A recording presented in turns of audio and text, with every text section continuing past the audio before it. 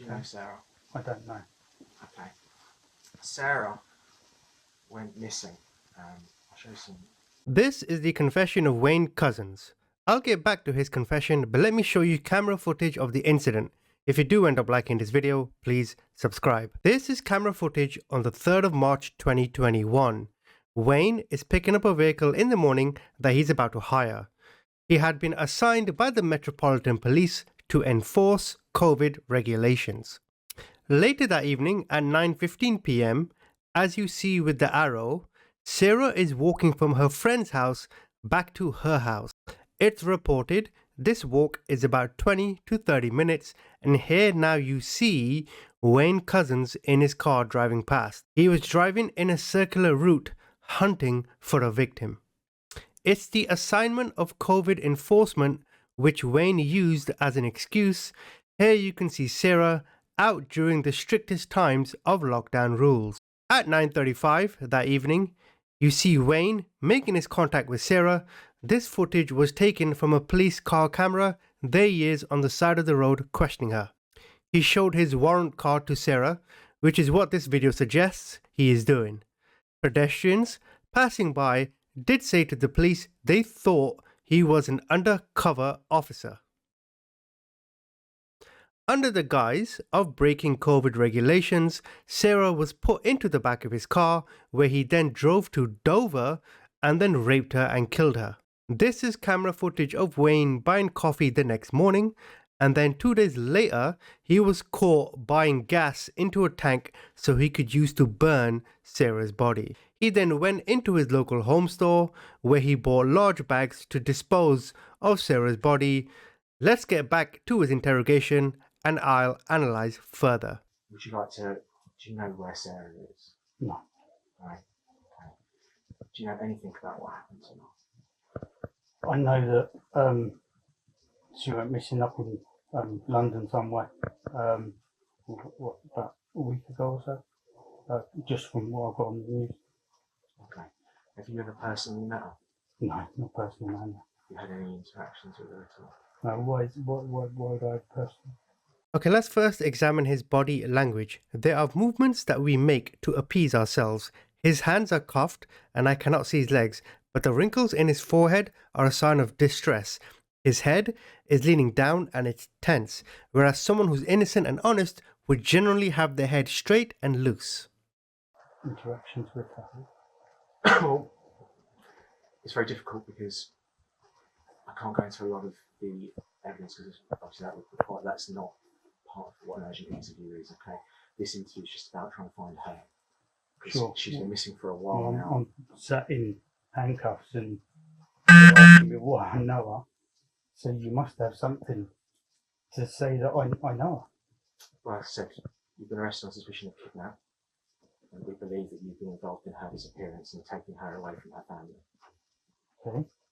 So we are trying to find her. Obviously, everybody is very worried about her. She's got, parents. She's got, she's siblings. She's got a girlfriend. There's a lot of people that care about her. Sure. You've seen her on the news. The number of people that are reaching out about her. Sure. Out there looking for her every day, and she's missing. And our job, our primary job here, is to find her and to try and find her safe and well. Okay. Now, we believe that you know something about where she is, and that's why we're here, to look for her and to try and find her. And that's why we're talking to you now, is to try and get you to have a good think about it and tell us anything you can about where we might be able to find her. Okay. Well, I am in financial. He's now going to be honest and come clean, so to speak. We will hear what happened and the motive behind his actions. It didn't take much for him to crack, but mainly because he's a police officer himself and is aware for them to question him like this, the evidence must be overwhelming. And I've been lent on by, I don't know who they are. They're a group, a gang, whatever. And they told me, well, I need to go and pick up girls and give them to them. So I said, not happening. And it then came through that they're going to harm my family, take them away, and they'll use them instead. At that point, I had no option to try and find somebody. So You can quantify his deception in his simplicity. It may be true that a group of individuals may have wanted a female as a way to pay his debts. Someone who has come in contact with this group would suggest their names, their faces, describe what they look like, feel like, describe their aura. He kept it as simple as possible as he's making it up as he goes along. Either he was forced by a gang to find a female, or he's just a sexual deviant. and there's a couple of names. I was told a place to take her. That's it. That is all I know. To this group of people. Tell me about them. I need to find them. Tell me everything you know that I Okay. hope that you'll help me. There find. was a white Sprinter van. They was between sort of Lenham, Maidstone area that I dropped her off. I still don't know. I don't know. They just I just parked my car up, and then the van come up behind me, flashed me. They all jumped out, and then they took this girl. They said, "You've done good," and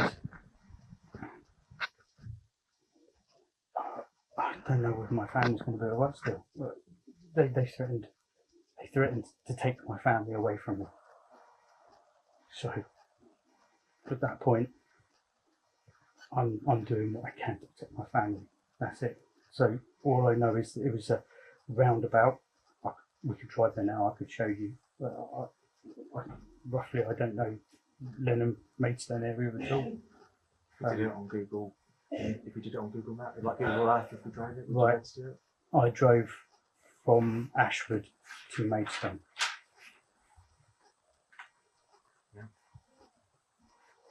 Vigils were held in memory of Sarah, and there was outrage toward the police regarding women's safety in public places. On the 8th of June, Cousins pleaded guilty to kidnap and rape and admitted responsibility for Everard's death. On the 30th of September 2021, Cousins was sentenced to a whole life order, in other words, life imprisonment without parole.